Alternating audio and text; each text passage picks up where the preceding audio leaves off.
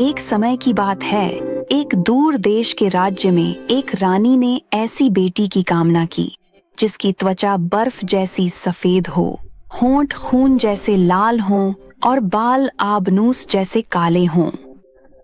उसकी इच्छा पूरी हुई और उसने अपनी सुंदर बच्ची का नाम स्नो व्हाइट रखा। लेकिन दुख की बात है कि अच्छी रानी का निधन हो गया और राजा ने दोबारा शादी कर ली, एक ऐसी महिला से जो बाहर से तो सुंदर थी लेकिन अंदर से दुष्ट थी।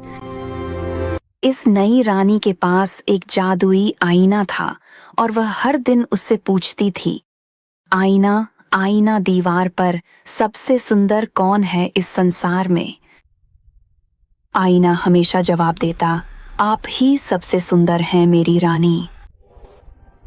लेकिन जैसे जैसे स्नो व्हाइट बड़ी हुई, उसकी सुंदरता सबको पीछे छोड़ गई और एक दिन आईने ने सच बता दिया। स्नो व्हाइट उन सब में सबसे सुंदर है। ईर्ष्या से ग्रस्त होकर रानी ने एक शिकारी को स्नो व्हाइट को जंगल में ले जाने और सबूत के तौर पर उसका दिल वापस लाने का आदेश दिया। लेकिन शिकारी निर्दोष राजकुमारी को नुकसान पहुंचाने की हिम्मत नहीं कर सका। उसने उससे कहा कि वह भाग जाए और कभी वापस न लौटे और बदले में रानी को एक युवा सुअर का दिल ला कर दे। भयानक।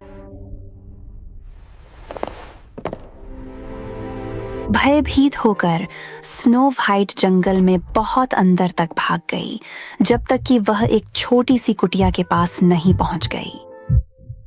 अंदर सब कुछ छोटा और साफ सुथरा था। वहां 7 छोटी प्लेटें, 7 छोटे कप और 7 छोटे बिस्तर थे। थकी हुई उसने हर प्लेट से थोड़ा थोड़ा खाया, हर कप से थोड़ा थोड़ा पिया और एक बिस्तर पर सो गई। जब कुटिया के मालिक, जो पास की खदानों में काम करने वाले 7 बौने थे, घर लौटे तो वे सुंदर राजकुमारी को देखकर हैरान रह गए। उसकी दुख भरी कहानी सुनकर बौनों का दिल पिघल गया और उन्होंने उसे अपने साथ रहने का निमंत्रण दिया, बशर्ते वह घर को साफ सुथरा रखे। इसी बीच दुष्ट रानी ने फिर से अपने जादुई आईने से पूछा और यह जानकर क्रोधित हो गई कि स्नो व्हाइट अभी भी जिंदा है और वह 7 बौनों के साथ रह रही थी। एक बूढ़ी फेरी वाली का वेश धारण कर रानी कुटिया तक गई और स्नो व्हाइट को एक सुंदर कसकर बंधा हुआ चोली देने की पेशकश की। रानी ने चोली को इतना कसकर बांधा कि स्नो व्हाइट सांस नहीं ले पाई और जमीन पर गिर पड़ी, मानो वह मृत हो गई हो। बौनों ने लौटकर चोली की डोरियां काट दी और स्नो व्हाइट होश में आ गई। अपनी असफलता पर क्रोधित होकर रानी ने फिर कोशिश की, इस बार जहरीली कंघी के साथ। उसने खुद को अलग तरह से छुपाया और स्नो व्हाइट के सुंदर बालों में कंघी करने की पेशकश की। जैसे ही कंघी उसके सिर को छूती है, झर असर करता है और वह मृत जैसी गिर जाती है। लेकिन एक बार फिर बौने समय पर घर लौटे, कंघी को ढूंढा और उसे निकाल दिया, जिससे स्नो व्हाइट फिर से जीवित हो गई। वह जिंदा है, तुम जाग गई हो। अपनी तीसरी और आखिरी कोशिश में रानी ने एक जहरीला सेब बनाया जो एक तरफ से सुंदर और लाल था लेकिन जानलेवा था। किसान की पत्नी के भेष में उसने स्नो व्हाइट को वह सेब दिया। डरो मत, ये एक जादुई इच्छा पूरी करने वाला सेब है। ओह, ये कितना सुंदर है। यह साबित करने के लिए कि वह सुरक्षित है, रानी ने हरे रंग की सुरक्षित तरफ से एक काट लिया।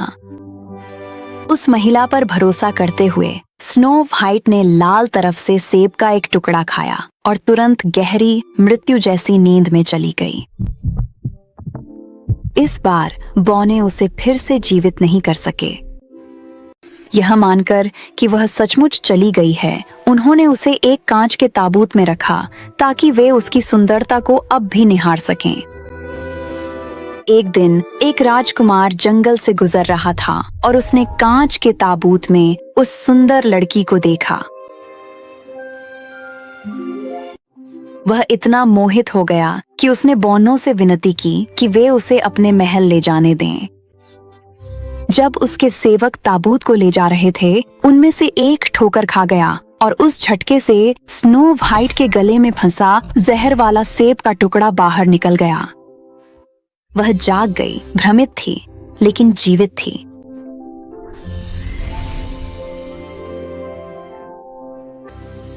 राजकुमार बहुत खुश हुआ और उसने उससे शादी करने का प्रस्ताव रखा। और उसने खुशी खुशी हाँ कर दी।